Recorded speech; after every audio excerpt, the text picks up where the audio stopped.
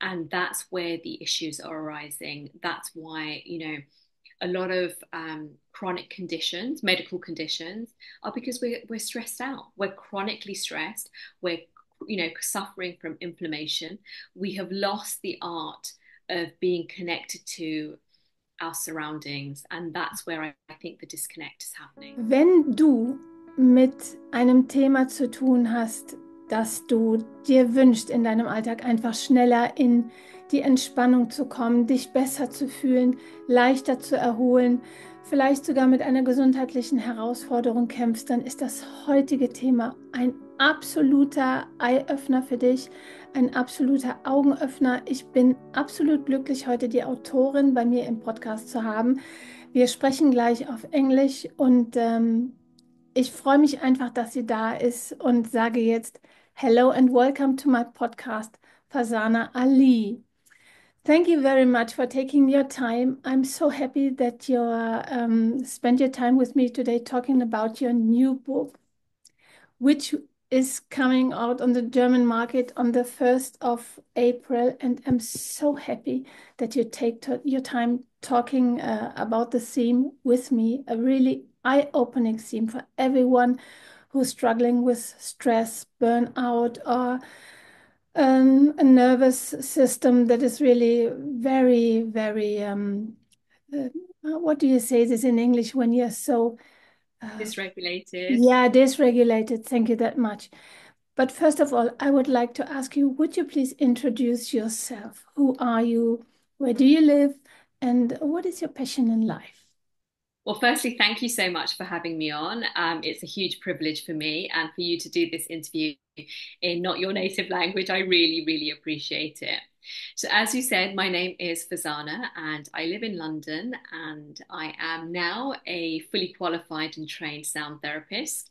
But I wasn't always in this field. I used to be a very stressed out corporate, in the corporate world, corporate worker, who was always quite anxious, always stressed out. And my own journey from burnout kind of led to this new path. And so here I am now with a book, and hopefully that my knowledge will kind of help more people. And this is quite interesting what you're talking about, that you have your same story, your own story from a burnout to this theme you're now writing a book about. It's already in English. You can buy this for a few years now, but it is really unbelievable that so many people have their own story, which comes from a crisis. So Mm. it started also in your story with a crisis, doesn't it? Yeah, absolutely. I think for most of us, we're in this kind of day-to-day journey. We're all so busy. There's a lot of demands on us. Modern life, can be quite isolating. There's a lot of responsibility. Um, the economic market across Europe is one where groceries are very expensive, living costs are high, work culture is very, very go go go, especially before the pandemic, when I made the change. We were living at a very kind of insane pace. And I was just, I didn't realize, if I'm honest, how stressed I was, Mhm. because it was just, you live in a fast-paced city like Yeah. London or Berlin or Munich. It doesn't matter, where you are. We all have very similar experiences where we're just getting on with it. We just accept that this is just the way of life, and this is what it means to be an adult. And you catch up with your friends, and everyone's, kind of, well, I'm stressed out and I'm stressed out. And Mhm. so we're all kind of playing that same, game of like, oh yeah, well, this is just normal life. And I got to a point that I started becoming very sick physically. So when your brain is trying to communicate with you, when your mind is trying to communicate with you, and you refuse to listen, it starts coming out in the body. There's a very famous book, obviously, called The Body Keeps Score. So, Yeah. our body gives us signals that things are not well. Our body gives us signals that things need to change. And I think sometimes when the body starts taking over that signal, you hit a brick wall and you cannot move forward until you've addressed it. And that's for me kind of when my I'd had multiple burnout episodes. And Mm. it was when it was just one very big burnout. And I started to get so sick. I started to become very allergic to a lot of food. And I knew something had to change. And that's when I kind of discovered I didn't set out to be a sound therapist, by the way. I didn't even know about sound as medicine, but I had tried all these different modalities and different ways of experiencing calm and reducing anxiety. That when I came across sound bathing and sound baths and sound therapy and sound healing, I kind of it kind of shocked me a bit. I was like, oh, that this has really worked for me, and so I kind of kept going back as a client. So I was using it to kind of calm my own nervous system and to bring myself to a sense of peace and relaxation. That's when I started to really look into it, and I discovered this whole other world. And it is so wonderful that you share your story. I have my own one. I was diagnosed with multiple sclerosis in 2011, and Mm, I have this highly sensitive nervous system. It yeah, also came from stress over decades, really.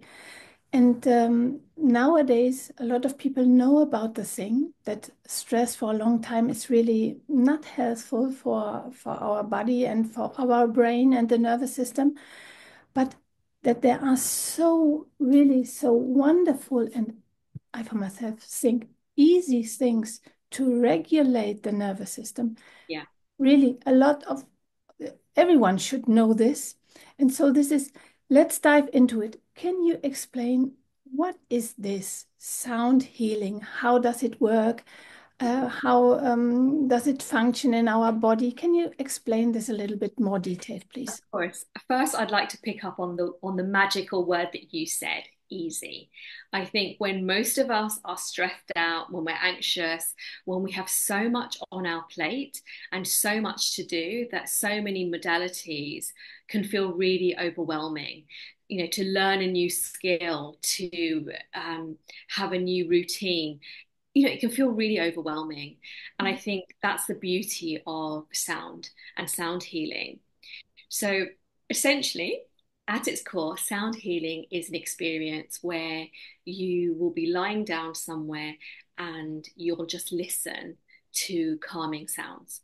So it's not like music. We don't have rhythm, we don't have lyrics, we don't have a beat. We're not trying to hook your brain into kind of a melody. It's deconstructed music, if you will. So it's just really calming sounds. And the beauty of it is that your brain syncs up to it automatically. So in the scientific world, we just call this resonance. We call this sympathetic resonance, where your brain naturally, like Bluetooth, connects Mhm. to the slower sound waves that are being kind of produced by these therapeutically graded instruments. And so your brain just kind of goes on the journey with it. And when it does that, your brain waves slow down. So at the moment we're talking, our brain is functioning at a predominantly beta dominant brainwave activity. You're listening to what I'm saying, I'm listening to you, I'm thinking about your question, I'm thinking about what I might say next. But we're very relaxed, we're in a comfortable kind of conversation. When we're stressed out, we are continuously in this beta dominant brainwave activity. And your brain doesn't get to have the natural dips that it needs throughout the day to regulate your body, your brain. So, in the past, when we were living out in nature, when we had a different pace of life, your brain would naturally go through those dips. However, and I'm guilty of this too, these days, most of us, when we have a second to ourselves, what are we doing? We're on the telephone, we're on the mobile phone, we're sending that email. Oh, I'll just check if that's happened. I'll just order this. Or I know that we need groceries. And we're constantly plugged in and connected. So our brain doesn't have that downtime.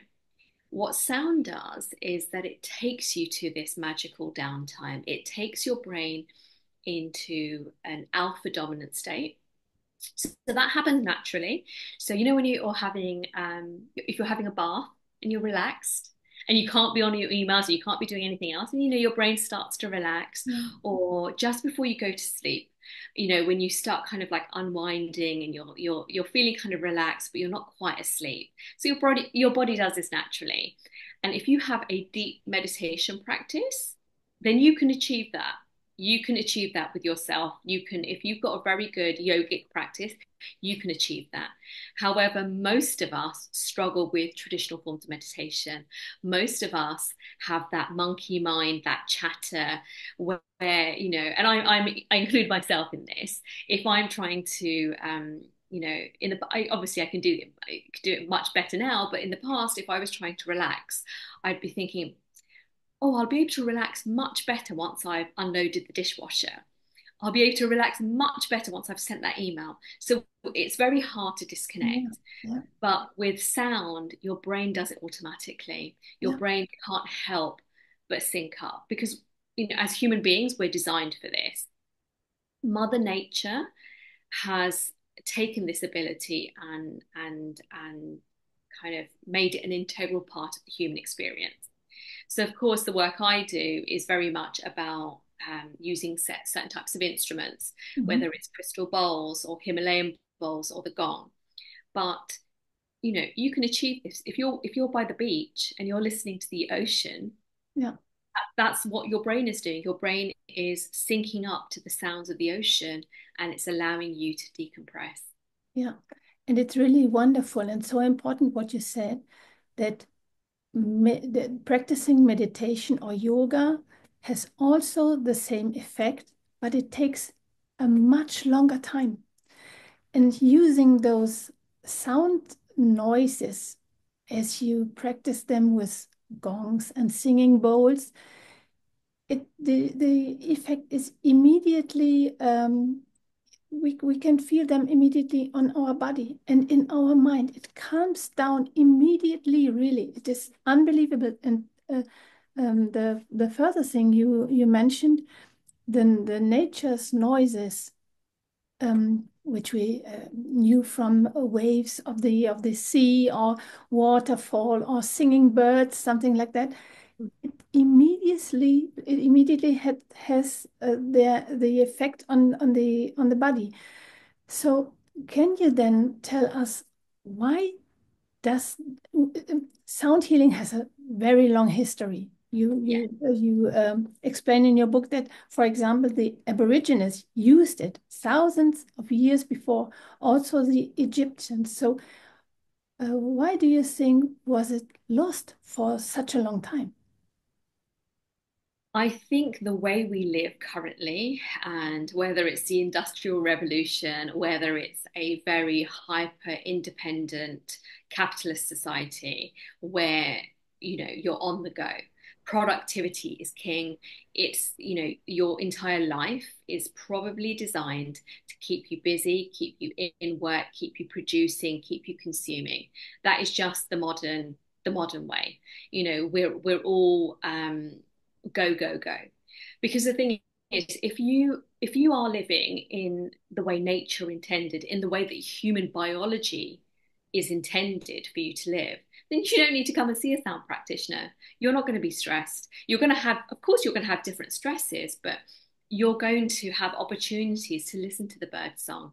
You know, most of us, if we're living in a city, how many of us can remember the last time we heard birds singing in the morning? Mhm. You know, so we've become disconnected, and that's where the issues are arising. That's why, you know, a lot of chronic conditions, medical conditions, are because we're stressed out. We're chronically stressed.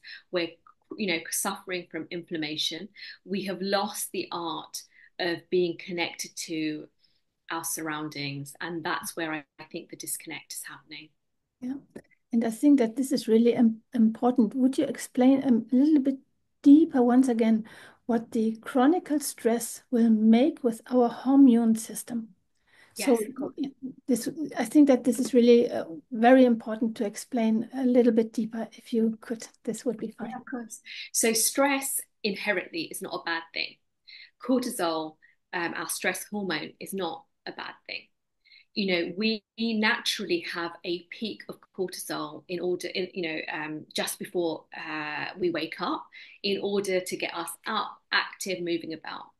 If something happens, if there's an emergency and we need to react and we need to kind of burst into action, then cortisol, adrenaline, those are key components that we need to move, to get out of a situation, to react accordingly. The problem we have is that we're all living in this heightened stress state constantly. Yeah. We're not having the dip. We're not having time to relax. How many of us, go on holiday and fall sick? As soon as you stop the hamster wheel and you're on holiday, and within the first 3 days, you've got a cold. Yeah. Yeah, it's such a common thing because as soon as we stop, our immune system punches us, Yeah. and then it's like all the ailments kind of come up. But what we're trying to do is remove that level of chronic stress. So anything in too much abundance is bad for you. For example, like today, if I wanted to eat a donut, is that donut going to give me diabetes? No, it's not. If I want to enjoy a nice sweet treat, is that bad for me? No, it's not. If I'm eating 16 donuts every single day for every mealtime, then yes, I am going to have a chronic condition. I'm going to have inflammation in the body. I'm going to get sick. And that's what we're talking about. Those natural kind of peaks of stress, that's okay. It's the fact that we're constantly stressed. And when we're constantly stressed, our body doesn't have time to take care of itself. So a lot of people who are very stressed out, for example, might complain about tummy issues, that they're not digesting their food, that they're bloated. Well, if your body doesn't think you're safe and your body thinks I've got to stay on high alert in case I need to run, and then you eat something, your body's not going to waste essential blood and nutrients to and cell kind of energy to go and digest your food, because it might need the energy in your legs so you can run. It might need the energy in your fist so you can fight. Yeah. And I think that's what it is. It's kind of where your body isn't prioritizing the things that kind of repair you, the processes that um, keep you healthy. So one of the things that I mentioned in the book is that when you have a sound bath, your brain, when it starts going in past the alpha waves into the deeper waves, which we call theta, when your brain reaches theta dominance, which happens naturally when you're sleeping. So it's that REM sleep, when you're not daydream, when you're dreaming, Yeah. it's that dream state. When we're in that dream state, our brain processes emotions, it processes memories, it files things away. When we don't have enough time in that dream state, our brain doesn't have time to do that. Yeah. So we end up feeling frazzled. So it's this constant, battle, if you will, that we're trying to fight. We're not having enough time in rest. We're not having enough time to let out those kind of stress hormones, and so your body can't repair. When it can't repair, the inflammation builds and it Yeah. builds and it builds, and that's when we get sick. This was the story with me and my diagnosis. Yeah. Yeah. So there were two points I want to dive a little bit more in. You said that the stress hormone cortisol Mm-hmm. is a player for inflammations in the body. Chronic, yes. Yeah, yes. What really was exciting for me reading in your book is that when someone around me, the environment has a direct effect on myself. Yes. And when there is a chronic, a stressed environment around me, it directly has also an effect on my body, Yeah. even if I'm not stressed at the moment. Yes, 100%. And there's a very good biological reason for this. So we are meant to live in tribes. We are meant to live in community, because in community you can thrive, you can flourish. So we're meant to be connected in that way. Now imagine if you're in a tribe and a saber-toothed tiger is kind of on its way. You might not have time to tell everybody Yeah. that that tiger, that threat is coming. However, we would all be able to smell it, because So your pheromones would be, pumping out, because your cortisol is high, your pheromones would be pumping out chemicals that would alert everybody around you trouble is coming. So then your body starts preparing. So before you've even spoken to me, I know a threat is coming. So my body starts producing the adrenaline and anything else I might need to get me and the rest of our tribe out of danger. So there's a very, very good reason for it. Farzana, this is so interesting and this is so important because we know that trees does the same. They, Yes. they, Yeah. they do it the same way. They send signals to the trees around them. Danger is coming, and We send signals. We send yeah, signals. We our are mind like our trees. mind doesn't know, but our body already knows. Yeah. Unbelievable, really unbelievable. But it works also the other way around. Yes. So if we have, for example, a crisis in our family, someone is ill, or we're struggling with our parents who are getting older, or something like this, it is so important that we have the possibility to calm down our system to help the loved ones around us, isn't it? Yeah. Yeah. Absolutely. Absolutely. So yeah, it can definitely work in reverse. The only caveat I would say is that if a lot of people around you are stressed, then one person isn't going to be able to change that. It's not quite I'd have to check the scientific research on that, but I don't think it's quite as easy as like there was one person who was very calm to be able to have that impact, because threat would be prioritized. So you're more likely to change your state to match everybody around you if everyone is stressed. Does that make sense? Yeah. Absolutely, If, absolutely. if, if there's like, if you're in an office and 30 people are Yeah, stressed out, yeah, yeah. then, you need to change the culture in Yeah, order to and, get everyone. this is why you can't get um, why you can't heal in a toxic environment or in a Yeah, stressed absolutely. environment. You have to change the place, or you have to change your environment to heal and to calm down your system, to heal the body, to clear your mind, all those things. You have Yeah, to change and to get out of it. yeah, absolutely, absolutely. Yeah, Yeah. 100% Very correct. important, very important. I have to show it once. These are all my notes.